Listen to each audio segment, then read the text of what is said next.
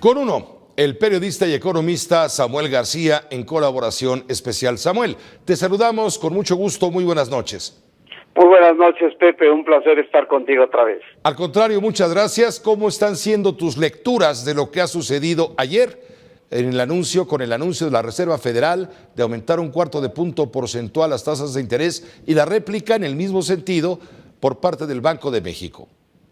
Pues mira, Pepe, como lo has estado comentando, efectivamente ayer el Comité de Mercado Abierto de la Reserva Federal de los Estados Unidos pues finalmente decidió incrementar su tasa de referencia en 1/4 punto porcentual.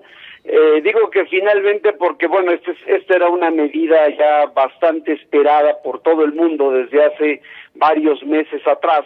Una medida que se había frenado, toda vez que no había la garantía de que el tema, por ejemplo, del desempleo en Estados Unidos hubiese mejorado. Y mientras no hubiera esa mejoría, ese respaldo económico, era riesgoso aumentarla antes. Así es. La Reserva Federal quería tener, digamos, todos los pelos de la burra en la mano, por decirlo coloquialmente, para estar seguro de que el incremento en la tasa o el proceso de incremento en la tasa de interés, porque esto no va a ser un solo incremento, sino van a ser una serie de incrementos para los próximos meses, pues no iba a interrumpir la recuperación de la economía estadounidense, por un lado, y por otro lado, pues que la fortaleza de la economía estadounidense se mantuviera en los próximos meses y años. Hay que recordar que la Reserva Federal en Estados Unidos, es decir, el Banco Central estadounidense, también tiene entre sus funciones pues velar por la generación de empleos en los Estados Unidos, cosa que no ocurre con el Banco Central en México. Entonces, por eso es que la Reserva Federal se había estado, digamos, esperando hasta este momento para tener todos los elementos que le permitieran tomar esta decisión que finalmente tomó el día de ayer. Y con esto, Pepe, pues termina la política monetaria expansionista que inició allá en 2008, producto de la crisis financiera, y le da un carpetazo, digamos, a la crisis. Es un carpetazo, el primer carpetazo diciendo, bueno, se acabó la crisis que empezó en 2008 con esta reversión de la política monetaria en Estados Unidos. Ahora bien, la pregunta ayer en la tarde era, bueno, ¿y el Banco de México qué iba a hacer? Claro. ¿Qué iba a hacer el día de hoy?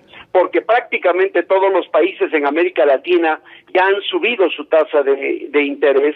Los bancos centrales lo han hecho en días anteriores. De hecho, la semana pasada lo hizo el Banco Central del Perú.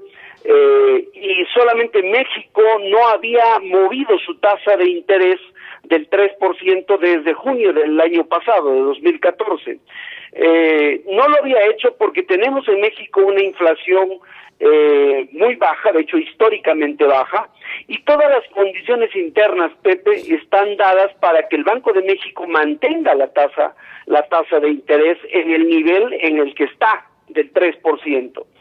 Sin embargo, como bien lo dijiste hace un momento, el Banco de México decidió subir su tasa en razón del tipo de cambio, en razón de seguir a la Reserva Federal para no afectar la paridad cambiaria, para no afectar aún más al peso mexicano y esta depreciación que ha venido teniendo el peso frente al dólar, pues en lo que llevamos del año.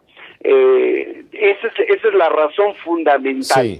Es decir, ahora, esta alza en las tasas de interés fortalecen al peso, empujan al peso, pero sin embargo estamos viendo ahora la cifra de la mezcla mexicana de petróleo en los mercados internacionales y ya bajó los $27, ya andan en 26.90 y tantos. Es decir, mientras el incremento de las tasas de interés empujan al peso, la caída de los precios del petróleo lo están frenando. Así es. Y ese es uno de los riesgos, de los grandes riesgos que tiene México para el año que comienza, Pepe, porque si el precio del petróleo se mantiene en esos niveles o alrededor de los $30 o abajo de los $30, pues vamos a tener problemas de finanzas públicas el próximo año. De hecho, ya los estamos teniendo, pero los tendremos aún más en 2016, y eso también le pega al peso por el lado de las finanzas públicas. aunque el Banco de México haya subido la tasa de interés. Entonces, uno de los riesgos que sí tenemos es esta baja adicional en el precio del petróleo y en la producción de petróleo, que podría tener mayores impactos en los balances fiscales del país para el próximo año. ¿Dirías tú que ya se acabó la época del dinero barato? Pues es curioso, Pepe, pero mientras que en Estados Unidos podríamos decir exactamente eso, que ya no tendremos dinero al 0%, en Europa, el Banco Central Europeo está haciendo precisamente lo contrario, es decir, allá se están acercando al 0%, o sea, ya el dinero está barato porque necesitan expandir sus economías. Entonces, estamos viviendo una etapa, Pepe, diría que bastante incierta, y estamos comenzando, o por comenzar un 2016 prácticamente lleno de incertidumbre, en donde la volatilidad va a ser la reina de la economía.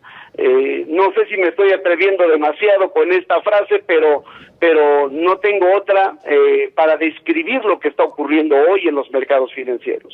Además, agrégale a todo esto, sin embargo, se van a incrementar los costos de los temas financieros a los 3 niveles de gobierno. Con el alza de las tasas de interés será un incremento mínimo, pero será un incremento, es decir, le va a costar al gobierno, le va a costar la deuda un poco más, y también a todo el sector exportador que depende de la moneda estadounidense, sobre todo con estos incrementos en las tasas de interés. En fin, también México está mandando la señal de que pues no quiere que se vayan los capitales que vienen a los mercados, se vayan a otros donde les ofrecen mayor oportunidad.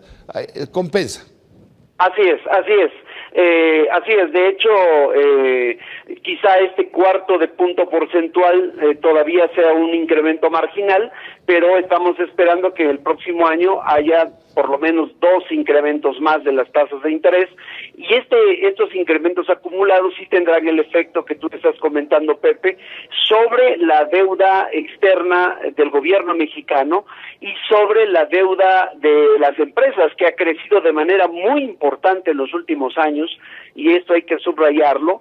Las empresas mexicanas se han endeudado en dólares de manera muy fuerte en los últimos años, así que esto tendrá un efecto sobre las finanzas de las empresas más grandes del país, como ya lo está teniendo sobre ICA, por ejemplo, sí, y también sobre los gobiernos estatales y sobre todo sobre el gobierno federal. Eso sin duda, Pepe. Ayer en el caso de ICA también lo puso de manifiesto el nuevo presidente del Consejo Coordinador Empresarial este principio de semana, cuando le dijo al presidente, oiga, habemos proveedores del gobierno a los que no nos han pagado, y eso está orillando al quiebre de empresas. No lo dijo por su nombre, pero se estaba refiriendo a la empresa ICA, por supuesto, que está pasando por un bache terrible que puede significar su desaparición.